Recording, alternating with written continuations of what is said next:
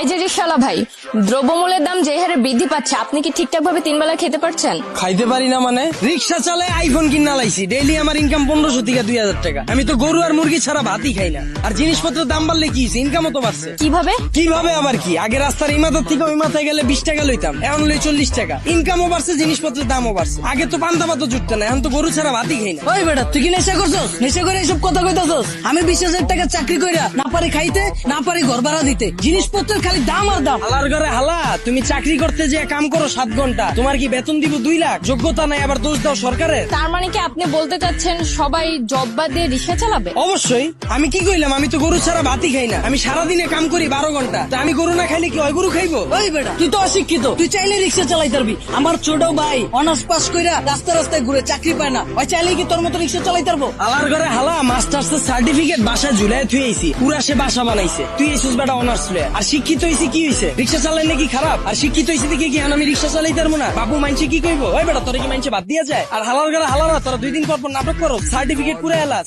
Honours masters pass করছো টাল্টিবাল্টি করে, চাকরি পাবি কইতে? যারা পাওয়ার হেরা পায়, এরা নিজেরা ওইভাবে তৈরি করে। তোরা 10 লাখ বেকার ঘুরো স্কিল লিগা, সরকারের দোষ দা স্কিল লিগা। তোরা যখন বুঝছস যে তগরে দিয়া পড়ালে হইব না, করতে গেছিস কে জোর কইরা? ও বুঝছি, সার্টিফিকেটের লেগা না? বিয়ার সময় যেন কইতে পারো যে আমি গ্রাজুয়েট, আমি ইঞ্জিনিয়ার, আমি শিক্ষিত। বন্ডামি বাদ দিয়া তোর বাইরে রিক্সা লয়ে বেরিতে। তার মানে আপনি কি বলতে চাচ্ছেন, আপনি নিজেও অনার্স মাস্টার্স কমপ্লিট করছেন, কিন্তু নিজেকে ওইভাবে তৈরি করতে পারেননি, যার কারণে আপনার জব হয়নি? হ্যাঁ অবশ্যই, মিছা কথা কমুকে। আমি নিজের ওইভাবে তৈরি করিনি, আমি জবও পাইনি, আমি রিক্সা চালাই না শুরু করছি। আর এই যে 10 লাখ বেকার ঘুরতেছে, একটাও কি বুকে হাত দিয়ে কইতে পারবো নিজে সর্বোচ্চ চেষ্টা করছে? আর এই যে 10 লাখ বেকার ঘুরতেছে, একটা বুকে হাত দিয়ে কইতে পারবো নিজে করে ওইভাবে তৈরি করছে, নিজে করে সর্বোচ্চ চেষ্টাটা করছে, তাও চাকরি পায় নাই? সারা রাত খেলছে কার্ড, সারাদিন গার্লফ্রেন্ডের সময় দিছে, ওরা চাকরি পাইবো কইতে? যারা পাওয়ার হেরা পায়। আর গ্রাজুয়েশন কমপ্লিট করছিস ভালো কথা, বইয়ের ব্যবসা কর, উদ্যোক্তা হ, ঝুঁকি ল, 1000 মানুষের লেগে রাস্তা খোল, এসব বন্ডামি বাদ দে। কিন্তু বাংলাদেশের মতো এরকম গরিব দেশে দ্রব্যমূল্যের দাম বাড়াটা কি স্বাভাবিক? ভাই খারাপ। এই দেশ গরিব দেশ কেটা কইছে আপনাদের? এই দেশে 150,000 কোটি টাকার সিগারেটই বিক্রি হয়। বিশ্বের ভিতরে 5 নাম্বার বিড়িখোর বাংলাদেশ।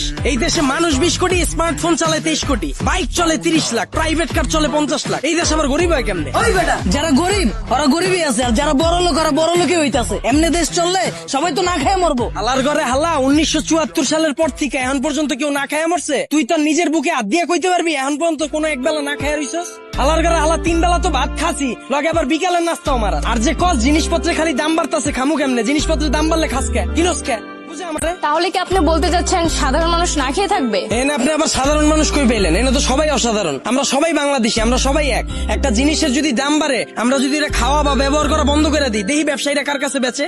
যখনই আমরা খবর পাই কালকে থেকে পেঁয়াজের কেজি 20 টাকা বেড়ে যাবো, ওই দিনে যাই আমরা দোকানে ভিড় করে লাই। তো দোকানদাররা তো আমরা বুঝেই দিতাছি, পেঁয়াজের কেজি 20 টাকা হোক আর 2 লাখ টাকা হোক, আমরা কিনা খামুই। যেটা মার্কেটে চাহিদা বেশি থাকবে, ওটার দাম তো বাড়বেই। আমরা যদি সিদ্ধান্ত লই আমরা খামু না, ব্যবসায়ীরা বেচবো কার কাছে? আর পৃথিবীর যখন জন্ম হয়েছিল তখন কি এত খাওয়ান দাওয়া ছিল? তখন কি এত বার্গার ছিল, পিজা ছিল? তখন কি মুরগির কালাবুনা ছিল? কে মানুষ শাক পাতা খায় বাচ্চা রইছে না? আর সরকারের দোষ দিয়া লাভ কি? আমরা জনগণ নিজেরাই তো চুতিয়া। একটা জিনিসের দাম বাড়লে আমরা ফ্রিজ ভরা শুরু করে দিই, ফ্রিজ ভরা বন্ধ করলে এমনি সবকিছু ঠিক হয়েছে।